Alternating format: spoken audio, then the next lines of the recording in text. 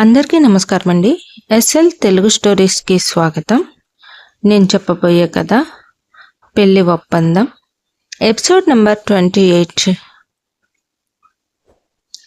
మరిన్ని కథల కోసం నా ఛానల్ని సబ్స్క్రైబ్ చేయండి.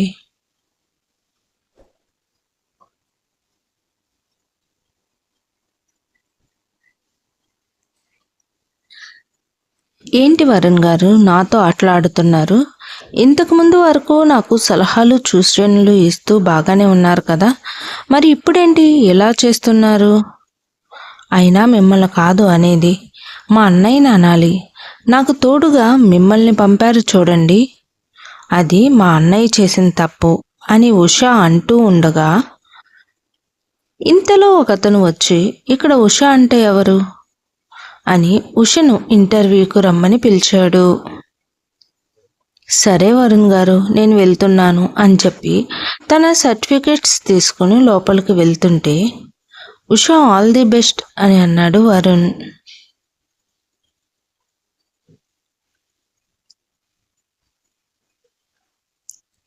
మేనేజర్ రూమ్లోకి వెళ్ళిన Surya, good morning sir. Very good morning Surya. ఏంటి సూర్య, బిజీగా వర్క్ చేయాల్సిన టైంలో ఇటు వచ్చావేంటి?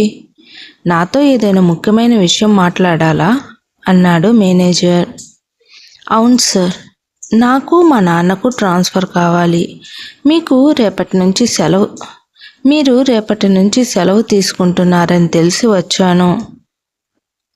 సూర్య, నువ్వు వైజాగ్ వచ్చింది ఈ మధ్య కదా, ఇంతలోనే మరలా ట్రాన్స్ఫర్ అంటే ఎలా చెప్పు? నాకు తెలిసి ఇప్పుడు కుదరదు, కానీ నువ్వు ఇంతగా అడుగుతున్నావు, అందులోనూ ఇక్కడికి రావడమే. శ్రీనివాసరావు గారికి హార్ట్ అటాక్ కూడా వచ్చింది కనుక నేను ఆలోచించి పైవారితో మాట్లాడి చెప్తాను, కానీ ఇప్పుడు అంటే మాత్రం కుదరదు, కొంత టైం పడుతుంది అని అన్నాడు మేనేజర్.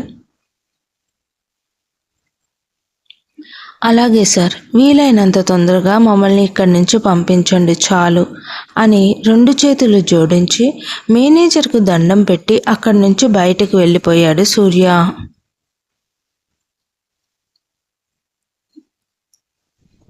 వైజాగ్ అంటే ఇష్టంతో ఎంతో ఆనందంగా వచ్చాడు.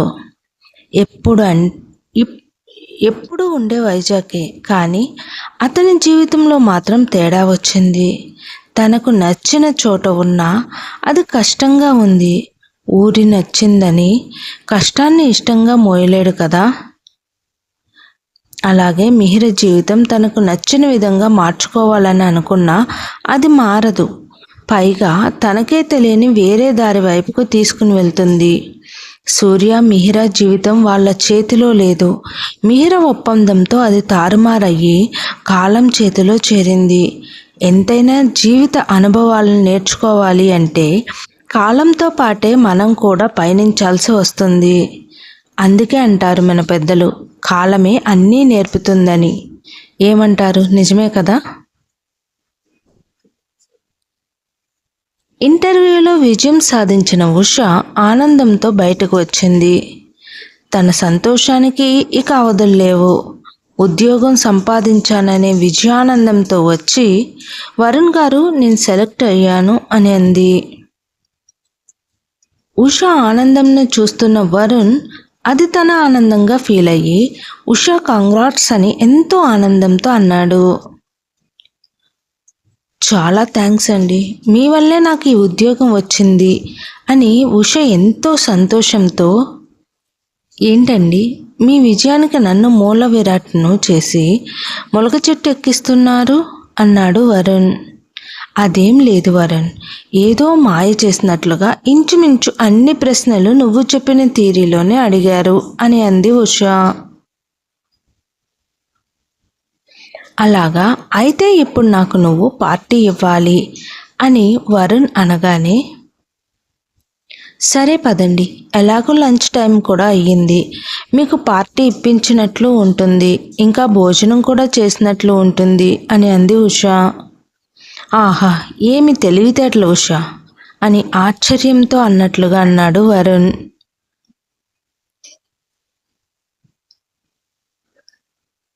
నా తెలివి గురించి తర్వాత పొగడవచ్చు కానీ ముందు వెళ్దాం పదండి, నాకు ఆకలి వేస్తుంది. ఉదయం ఈ ఇంటర్వ్యూ టెన్షన్లో పడి టిఫిన్ కూడా చేయలేదు అని అంది ఉషా. సరే పదండి అని అన్నాడు వరుణ్. ఇక వరుణ్ ఉషా ఇద్దరూ కలిసి బైక్ మీద రెస్టారెంట్కు వెళ్ళారు. అక్కడ భోజనం చేస్తూ ఇద్దరూ మాట్లాడుకుంటూ, అవును వరుణ్ గారు, ఇందాక నాకు ఏదో చెబుతానని చెప్పారు, అది ఏమిటి అని అంది ఉషా. ఓ అదా, అది నేను మీకు తర్వాత చెప్తాను. ఆ విషయం ఏమిటండి, తమరు చెప్పకుండా ఎన్నిసార్లు వాయిదా వేస్తున్నారు అంటూ అంది ఉషా. ఏమీ లేదు అని అనను కానీ ఉన్నది మాత్రం మీ కుటుంబం అందరి ముందు నేను చెప్పాలని అనుకుంటున్నాను అని అన్నాడు వరుణ్. ఇంతలో వెయిటర్ వచ్చి సార్ బిల్ అని ఇచ్చాడు. వెయిటర్ ఆ బిల్లును ఇటివ్వు అని అంది ఉషా. ఆ బిల్ వరుణ్ తీసుకుని అతనికి నువ్వు వెళ్ళు అన్నట్లుగా సైగ చేసి చెప్పాడు. ఇక ఆ వెయిటర్ అక్కడి నుంచి వెళ్ళి వేరే బిల్ పని చూసుకుంటున్నాడు. నీటి మీద బుడగలాంటి కోపం ఉషది. తనకు నచ్చని విషయానికి తొందరగా రియాక్ట్ అవుతుంది. అందుకే ముందుగానే వరుణ్, ఉషా నేను బిల్ పే చేస్తాను కానీ నువ్వు ఏమీ అనకుండా ఉండు అని అన్నాడు. ఎందుకు అనకుండా ఉండాలి, పార్టీ నాదైతే బిల్ కూడా నాదే కదా అంది ఉషా. కాదు, నేను ఉండగా బిల్ నీతో కట్టించడం ఏమిటి అని వెళ్ళి బిల్ కట్టి, ఉషా ఒక టీం గెలిచిందంటే ఆ విజయం ఆ టీంతో పాటు వాళ్ళ కోచ్ ఇంకా ఫ్యామిలీల విజయం కూడా అవుతుంది. అలాగే నీ విజయంలో నన్ను భాగం చేశావు కాబట్టి ఈ గెలుపు నాది కూడా, అందుకే ఈ బిల్ నేను కట్టాను అని అన్నాడు వరుణ్ నవ్వుతూ. అవును వరుణ్ గారు, మీరు ఎక్కువగా మాట్లాడారు కదా, మరి ఇప్పుడేమిటండి ఇన్ని మాటలు చెప్తున్నారు, మా అన్నయ్య దగ్గర ఈ మాటలన్నీ నేర్చుకున్నారు కదా అని అంటూ నవ్వుతూ అందే ఉషా. అంటే మాట్లాడడం మీ అన్నయ్య ఒక్కరికి వచ్చు అని అనుకుంటున్నారా? అయితే మీకు వచ్చా వరుణ్ గారు అని నవ్వుతూ అంది ఉషా. నాకు రాదులేండి, మీ అన్నయ్యకి మాత్రమే వచ్చు అంటూ మొహం చిన్నపుచ్చుకొని ఇక వెళ్దాం పదండి అని అన్నాడు వరుణ్. ఇక ఇద్దరూ కలిసి మరలా శ్రీనివాస్ గారు ఉన్న హాస్పిటల్ దగ్గరకు వెళ్ళారు.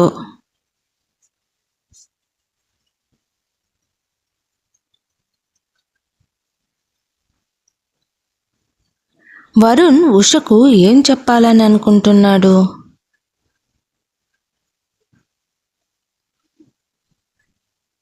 వరుణ్ ఉష కుటుంబంలోని అందరి ముందు తాను అనుకుంది చెబుతాడా లేదా?